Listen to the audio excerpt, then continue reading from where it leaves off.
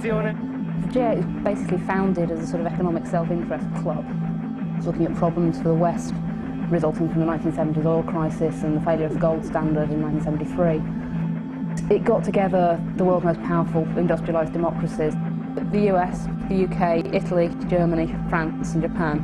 Canada joined the following year in 1976, and Russia finally joined in 1998. It's a place where the most powerful people in the world get together to talk about what they're going to do when they then meet up at the IMF or at the World Bank or at the WTO.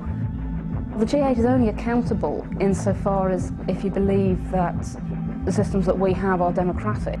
Is it a democracy to be allowed to choose between two sets of policies that are basically very similar once every 5 years? Leaders that are meeting here, the G7, G8 leaders, and also the leaders that are going to join them from the developing world, are all elected leaders. The people in the streets are not elected leaders. To say that the leaders who are meeting there were democratically elected does not mean that the G8 is an accountable institution. Apart from anything else, it's run mainly by civil servants, advised mainly by other civil servants and business interests. If you're not part of the global elite, then you are going to be a victim of what the G8 does, never mind whether you're living in Nigeria or in Britain.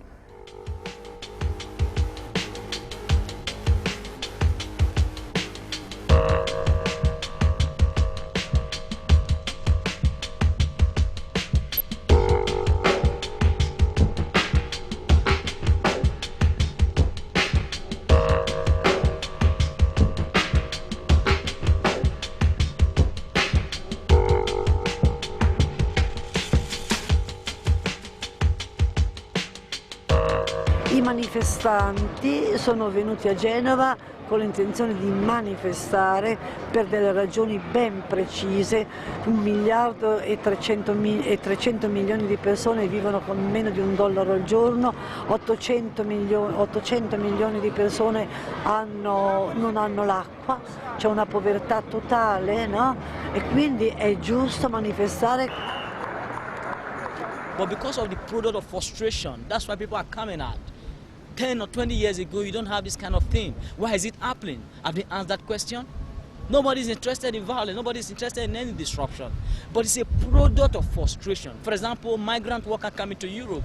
It is not their interest to come to Europe, but it's the product of the wrong economic system. El sistema parece muy fuerte, pero también es muy frágil, porque reposa sobre algo que no existe, es dinero. El dinero actualmente por ordenadores, dinero virtual, no existe. Entonces, un golpe en bolsa más en Singapur, en Wall Street, y todo el sistema va a hacer fuera. Genoa, a better framework to share this solidarity, to send a strong message to the G8 government that the time is up for them. Le monde entier a les yeux fixés sur vous. You've never seen so many people. The train station is packed at the moment. There's thousands of people coming in every single day to Genoa. 3-4 years ago, people didn't even know what the G8 was. Now this organisation has been thrust into the public limelight, and that can only be a good thing. What is going on in the G8 meeting is on how to consolidate the interests of these capitalists, not the poor, and for the capitalists to be responded to in that action, and that is what we are seeing down the street here.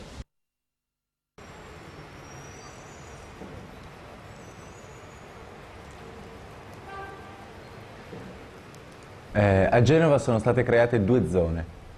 La prima, la zona gialla, è una zona circostante il centro storico, circondata da container portati nella notte per non dare troppo nell'occhio. Sono stati posti tutti a cintura della città vecchia di Genova.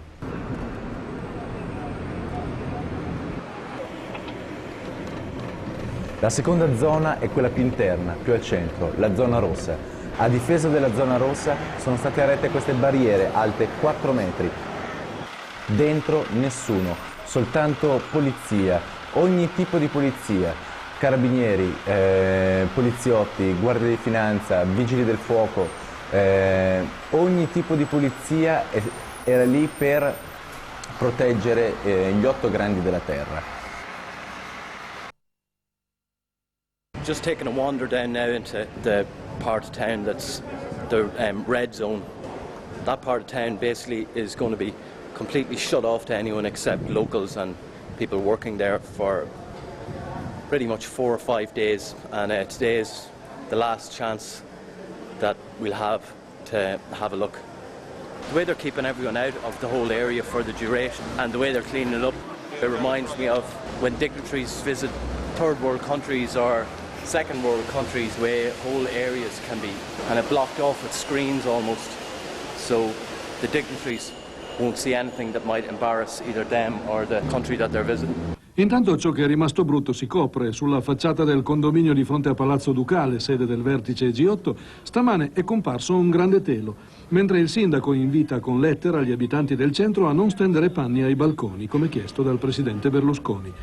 Poi insomma che Berlusconi venga qua, si permetta di dire questo palazzo non mi piace, metteteci davanti una tenda, ma che se la metta davanti alla sua villa la tenda, insomma.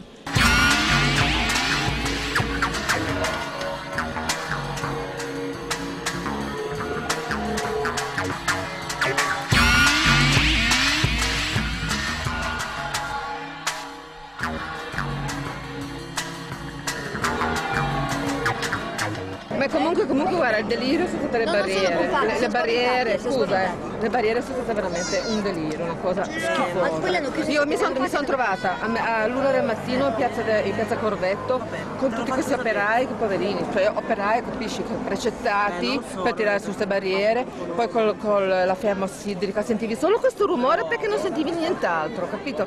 È scoppiata la bomba con neutroni, non c'era nessuno. La gente sbalordita a guardare queste barriere, dire ma che cazzo sta succedendo qua? Capito? Sequestrata la città, divisa. Nada más que como han cerrado la zona roja, para mí no es señal de fuerza, no es una señal de debilidad.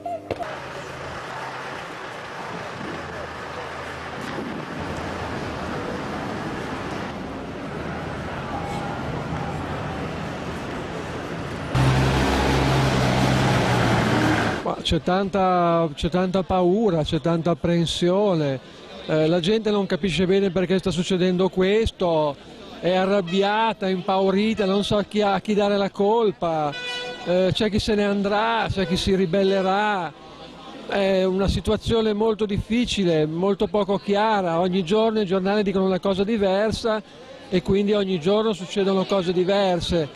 Di quell'appuntamento si moltiplicano gli allarmi, non esiste soltanto l'allarme sicurezza, adesso ce n'è un altro e riguarda il pericolo possibile che potrebbero correre gli uomini delle forze dell'ordine impegnate nel servizio di ordine pubblico appunto a Genova durante i lavori del vertice. Secondo un nuovo rapporto riservato, un rapporto del SIS, dei servizi segreti civili italiani, gli agenti che dovessero rimanere isolati potrebbero essere fatti ostaggio ed usati come scudi umani.